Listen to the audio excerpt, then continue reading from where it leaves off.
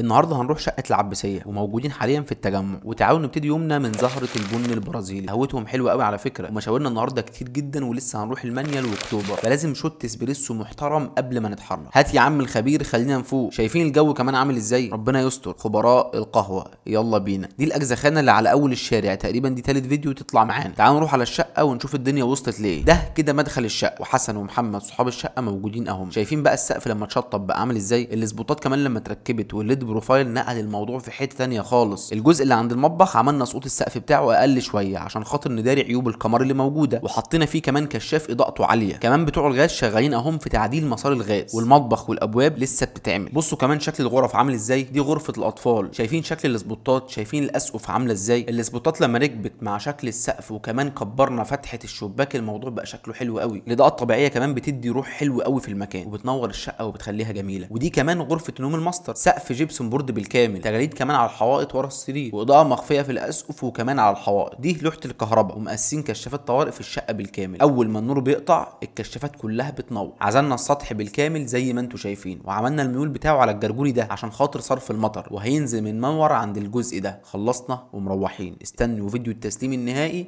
سلام.